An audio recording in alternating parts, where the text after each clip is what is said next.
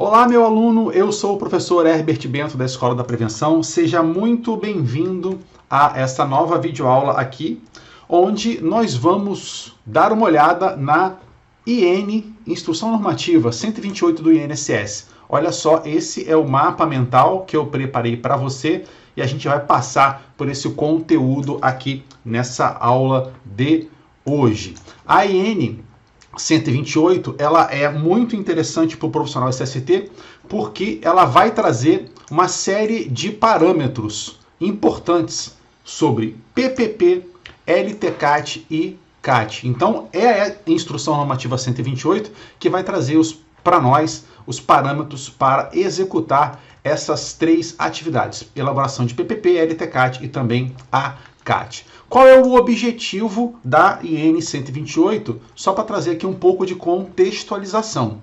O regulamento da Previdência Social ele é dado pelo Decreto 3.048. E a Lei 8.213, ela dispõe sobre os planos de benefícios da Previdência Social.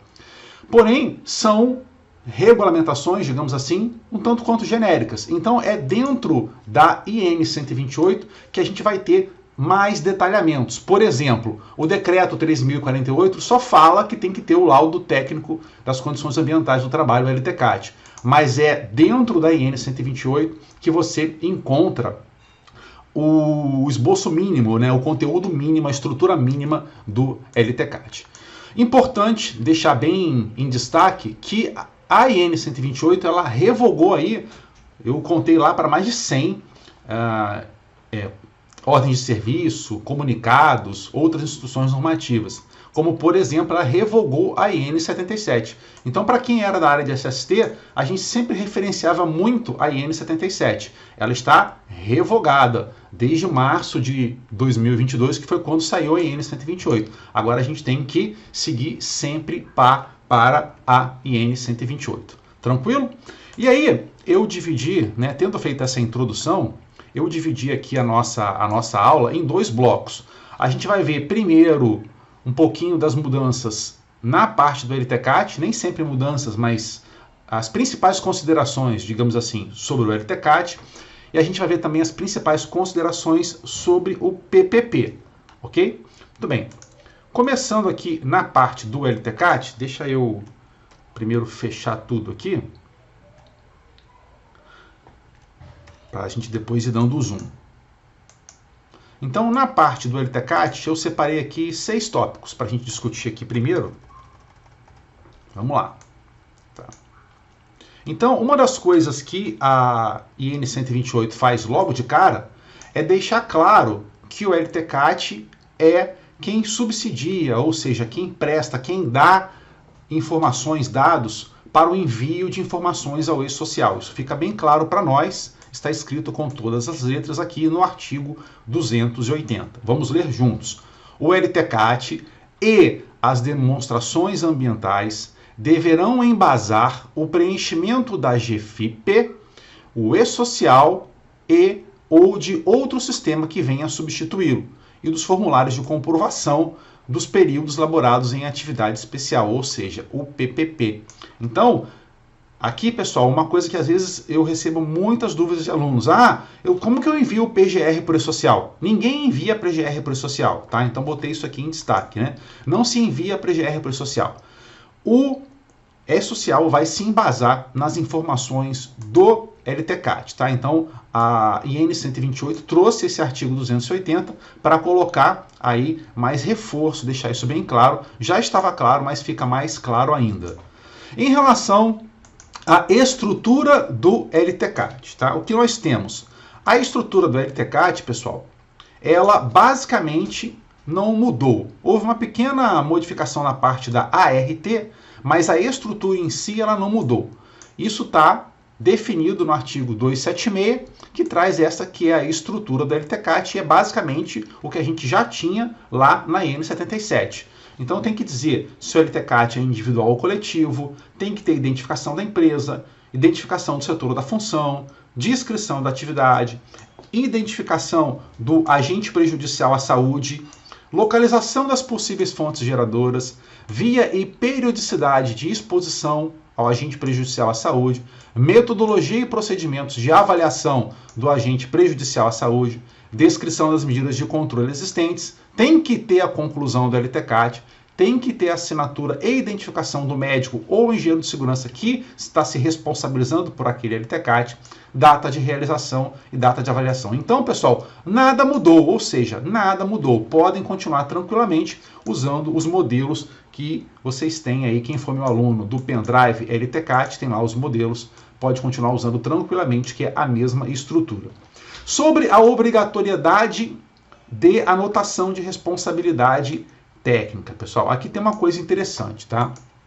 Na IN 77 tinha o seguinte trecho, abre aspas, o LTCAT deverá ser assinado por engenheiro com o respectivo número da anotação de responsabilidade técnica, junto ao ao CREA, ao Conselho Regional de Engenharia e Agronomia, ou por médico do trabalho, né? Obviamente o médico não vai emitir a RT. Se for engenheiro, teria que emitir a RT. Isso era o que estava lá na IN 77. Esse trecho, pessoal, saiu, tá? Ele saiu, não aparece isso mais na IN 128. Ah, então eu não preciso mais emitir a RT para fazer o LTCAT? Aí eu vou dizer para você que precisa. Precisa baseado em quê?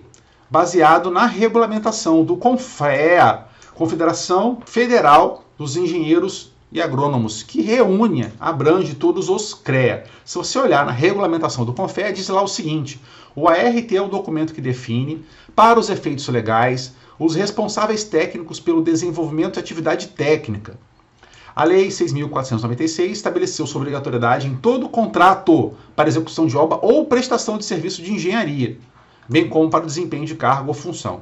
A ausência do registro da RT sujeita o profissional ou empresa à multa e a demais cominações legais. Então, pessoal, se você for pegar pelo CONFEA, como o LTCAT é uma prestação de serviço feita pelo engenheiro de segurança do trabalho, ele tem que continuar registrando a ART. Porém, esse trecho aqui não está mais explícito na IN 128. Tá bom? Substituição do LTCAT por outro documento. Vamos expandir aqui para ver. Existe, sim, a possibilidade do LTCAT ser substituído, por exemplo, pelo PGR ou pelo PCMSO. Tá? Eu vou dar uma pincelada sobre isso aqui e depois eu vou dar aqui a minha opinião e a minha sugestão para você que é meu aluno, que compra aí os meus pendrives, eu vou te dar a minha opinião pessoal sobre isso, tá? O que que diz? Primeiro vamos ver o que que diz aqui a IN 128 no seu artigo 277. Vamos ler juntos. Para complementar ou substituir o LTCAT, quando for o caso, serão aceitos, desde que informem os elementos básicos relacionados no artigo 276. Então serão aceitos os seguintes documentos. Calma lá. O que são os elementos básicos relacionados no artigo 276?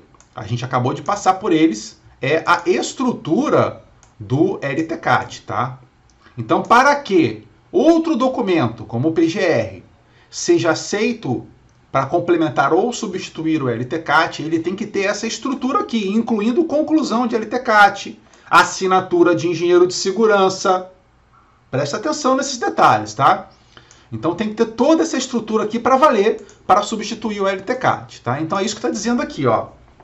Para complementar ou substituir, desde que informe os elementos básicos, aquela estrutura mínima do LTCAT lá que a gente leu, tá? Então serão aceitos os seguintes documentos. 1.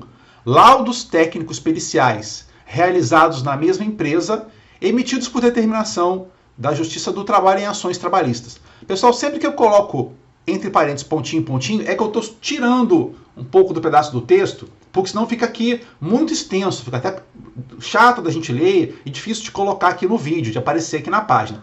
Então eu reduzi, mas sem perder a didática, tudo bem? Se você quiser, e eu recomendo que você faça isso, depois vai lá no texto da IN 128 para você ler o texto completo. Mas eu estou reduzindo aqui sem atrapalhar a didática, sem atrapalhar a mensagem principal. Então, laudos técnicos e periciais feitos por determinação da Justiça do Trabalho em ações trabalhistas. 2. Laudos emitidos pela Fundacentro.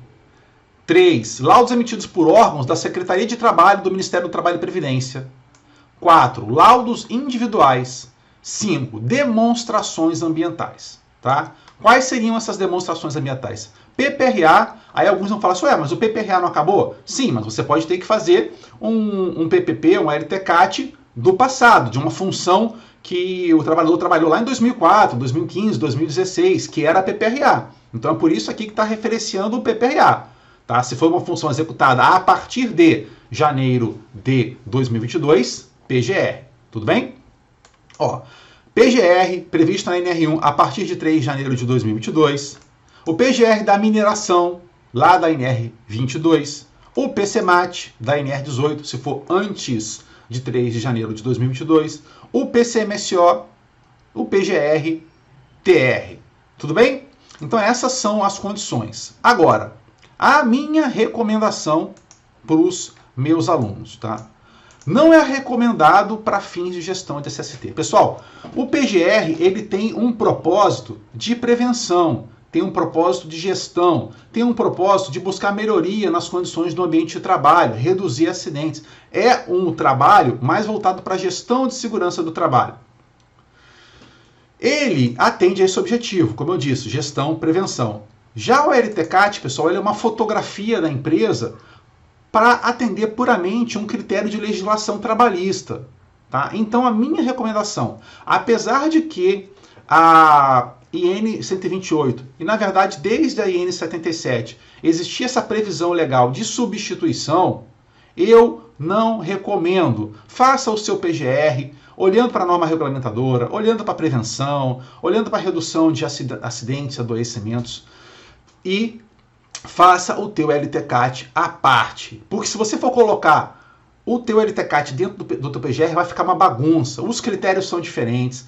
Para o seu PGR valer como LTCAT, tem que seguir aquela estrutura lá, tem que ter assinatura do MED, de engenheiro de segurança. Enfim, vai ficar uma bagunça. Eu não recomendo. Cada macaco no seu galho, faça o teu PGR para prevenção e deixa essa história de LTCAT de fora. Deixa o LTCAT como um documento à parte. Essa é a minha recomendação para você, meu aluno. Tudo bem? Seguindo adiante aqui, ainda falando das principais considerações na parte do LTCAT, daqui a pouco a gente já entra no PPP.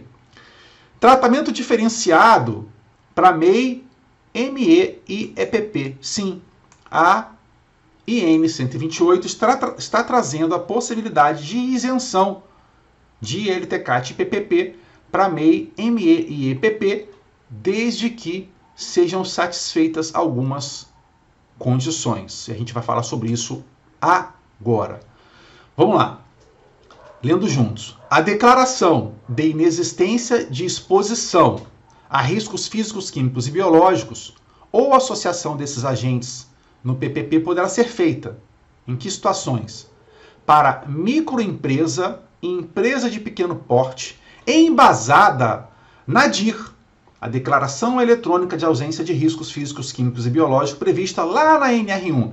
Eu acabei de gravar, ainda essa semana, 2, 3 dias atrás, um vídeo aqui para o canal, mostrando como que emite a DIR, lá no site do governo, gov.trabalho, pgr.trabalho.gov.br. Dá uma olhada aqui no canal, tem um vídeo onde eu emito a DIR, tá? E também já coloquei um post lá no nosso blog falando sobre isso. Então, a microempresa, empresa de pequeno porte, que for grau de risco 1 e 2, que no levantamento preliminar não identificar agentes físicos, químicos e biológicos e emitir a DIR, essa empresa também está isenta de ter que fazer o LTCAT e ter que fazer o PPP. Tudo bem? Ponto 2. O MEI. Tá? O MEI, o MEI está isento do PGR, ponto. Ok? Agora, no caso do LTCAT, ele só vai precisar fazer o LTCAT se ele tiver funcionário. Até onde eu sei, isso eu vi que está em vias de mudar, tem alguma coisa tramitando na Câmara, porém o MEI, até onde eu sei hoje, se eu tiver errado, você coloca aqui nos comentários e me fala, mas o MEI, até onde eu sei hoje, ele só pode ter no máximo um funcionário. O MEI sem funcionário, se ele não tem nenhum funcionário na CLT, ele não precisa fazer LTCAT. Agora, se ele tiver um funcionário, ele vai precisar só se lá nas fichas, tá? Nas fichas MEI, ok? Emitidas também lá pela SEPRT, pela Secretaria, se aparecer risco físico, químico e biológico. Vamos ler aqui, ó. Para o MEI, sempre que nas fichas com orientações sobre as medidas de prevenção a serem adotadas de acordo com a atividade econômica desenvolvida, nos termos do item 182 da NR1, não existia indicação de exposição de agente físico, químico e biológico. Tudo bem? Então, o MEI tem que olhar as tais fichas, já estão lá no site do governo, essas fichas. Se aparecer lá físico, químico e biológico, ele tem que fazer o LTCAT, desde que ele tenha um funcionário. Ele vai fazer o LTCAT para aquele funcionário. Se não tiver funcionário, não precisa fazer LTCAT e PPP. Tranquilo? Terceiro critério, pessoal, para isenção de necessidade, de obrigação de fazer LTCAT e PPP. Para todas as empresas, quando, tá, no inventário de perigos e riscos PGR, for constatada a inexistência de risco físico, químico e biológico, previsto no anexo 4 do Regulamento da Previdência Social. Ou seja, se não for MEI, ME, EPP, se não for grau de risco 1 e 2, vai cair nessa situação aqui. Se no PGR, fez o PGR, não identificou físico, químico e biológico, então também não precisa, tá, fazer o LTCAT e o PPP. Tranquilo? Então isso aí já veio colocar também, sedimentar uma decisão bem importante, um critério bastante importante para as empresas que não têm agente químico, físico e biológico. E o pessoal também estava muito... Eu recebo muito essa pergunta aqui também dos meus alunos. Professor, na hora de fazer o LTCAT, eu uso o Q3 ou o Q5. Para quem não sabe, pessoal, isso aqui tem a ver com a medição de ruído. Pela NR15, o parâmetro é o Q5, que é o grau de duplicação de dose. A cada 5 decibéis, tá, você tem que reduzir pela metade o tempo de exposição do trabalhador. É assim que segue a NR15. Porém, a NHO 01, que trata da metodologia de ruído, trabalha com Q3. A cada incremento de 3 decibéis, o tempo de exposição cai pela metade. Então são 5 decibéis para a NR15 e 3 decibéis para a NHO 01. E a IN 128, a IN 77 e também a IN 128, manda para ruído seguir a metodologia da NHO 01. Então tem essa polêmica aí nos grupos, aí na área, uso o Q3 ou uso a Q5. E a IN 128 não sedimentou isso, deixou a polêmica em aberto. Tá? E aqui eu vou dar o meu entendimento. Por mais que a instrução normativa do INSS cite como metodologia a NHO01, no meu entendimento, a NHO01 é só a metodologia. Para efeitos de limite de tolerância, você tem que seguir a norma regulamentadora. É a norma regulamentadora quem tem o poder de definir o limite de tolerância. Então, o meu entendimento sobre isso é que para fazer LTCAT, a gente segue o Q5. Tudo bem? Então, com isso, nós fechamos as principais considerações sobre o LTCAT. E agora vamos ver as principais considerações sobre o PPP. Vamos lá, deixa eu passar isso aqui para o lado para a gente poder expandir isso aqui. Muito bem. Primeiro tópico. A IN 128 ela prepara o caminho para a entrada do PPP eletrônico. Temos isso no artigo 272. São considerados formulários de reconhecimento de períodos laborados em atividades especiais legalmente previstos. E aí ele vai citar algumas coisas e ele fala assim no parágrafo 2.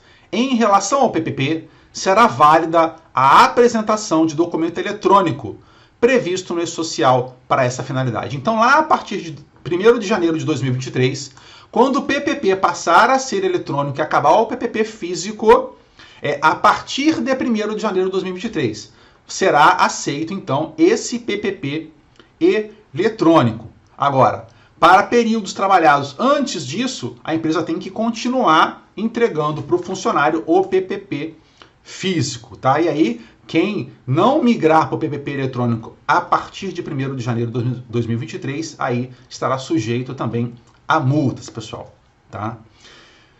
Muito bem. Então, prepara o caminho para a entrada do PPP eletrônico. No PPP, não será necessário informar os resultados no monitoramento biológico. Eu já fiz um vídeo, tá? Já tem um vídeo aqui no canal sobre isso.